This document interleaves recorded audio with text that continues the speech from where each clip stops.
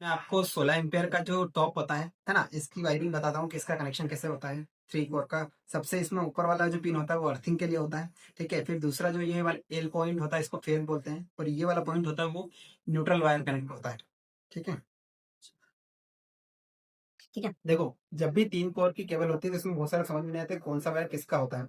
तो इसमें जो रेड वायर होता है ये फेस के लिए होता है, ब्लैक वायर जो होता है वो न्यूट्रल के लिए होता है, और जो ग्रीन वायर होता है वो अर्थिंग के लिए होता है ना। ठीक है, अब देखो, जो ग्रीन वायर है वो कहाँ पर कनेक्ट करना है, सबसे ऊपर वाले पॉइंट में करना है जहां पर अर्थिंग पॉइंट रहेगा। ठीक है, सबसे ऊपर वाले पॉइंट में करना है क्योंकि ये अर्थिंग पॉइंट होता है ना, इसकी साइज हमेशा मोटी होती है। ठीक है। ठीक है, ये चीज। अब इसके बाद में दो वायर बचते हैं फेज और न्यूट्रल के लिए। अर्थिंग वाला पॉइंट और सबसे ऊपर कनेक्ट होगा, है ना। इसके बाद में इसमें लिखा हुआ आता है, जैसे यहाँ पर एन पॉइंट लिखा है तो यहाँ पर हमको ब्लैक वाला वायर मतलब न्यूट्रल वायर कनेक्ट करना है।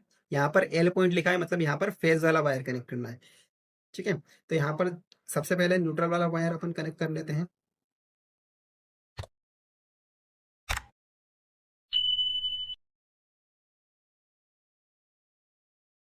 ठीक है, इसके बाद में यहाँ पर आपका फेज वायर कनेक्ट होगा, है ना। यहाँ पर एल पॉइंट लिखा रहता है, यहाँ पर आपको रेड वाला वायर कनेक्ट करना है।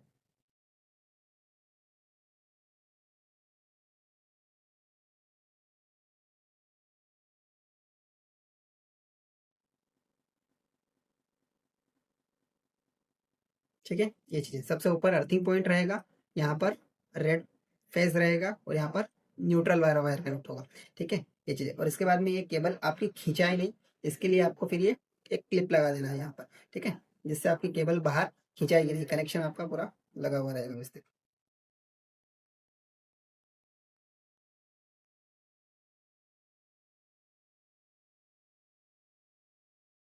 ठीक है, इस तरीके से हमारा 3 पिन टॉप का कनेक्शन होता है ना। सबसे ऊपर पिन जो होता है वो मोटा होता है तो वो अर्थिंग वायर के लिए कनेक्ट करते हैं, और इसकी साइज मोटी और लेंथ लंबा होने का मतलब ये है कि जैसे जब भी आप प्लग लगाते हो सबसे पहले आपका जो भी चीजें फ्रिज वगैरह है या गीजर वगैरह है तो उसमें अर्थिंग वायर कनेक्ट रहेगा, ताकि कुछ भी उसमें लीकेज करंट हो तो डायरेक्ट आपका पृथ्वी में चला जाए, किसी भी व्यक्ति वगैरह को शॉक वगैरह न लगे, है ना। फिर इसके बाद में यहाँ पर एल पॉइंट पर फेज वायर कनेक्ट करना है, और एन पॉइंट पर आपको न्यूट्रल वायर कनेक्ट करना है। ठीक है, इस तरीके से 16 एम्पेयर की वायरिंग होती है ना। ये एसी के लिए होता है, इसमें सारी चीजें लिखी रहती है कि यहाँ पर 16 एम्पेयर 240 वोल्टेज है ना, 16 एम्पेयर तक इसको यूज कर सकते हैं। ठीक है, फिर ये वेस्टर्न कंपनी का है, आईएसआई, और यहाँ पर एल पॉइंट मतलब लाइन होता है, ये फेस के लिए कनेक्ट होगा, और यहाँ पर एन पॉइंट मतलब न्यूट्रल वायर कनेक्ट होगा। ठीक है, इस तरीके से थ्री फेस मतलब आपका जो टॉप होता है, टॉप की वायरिंग होती है। ठीक है, थैंक यू।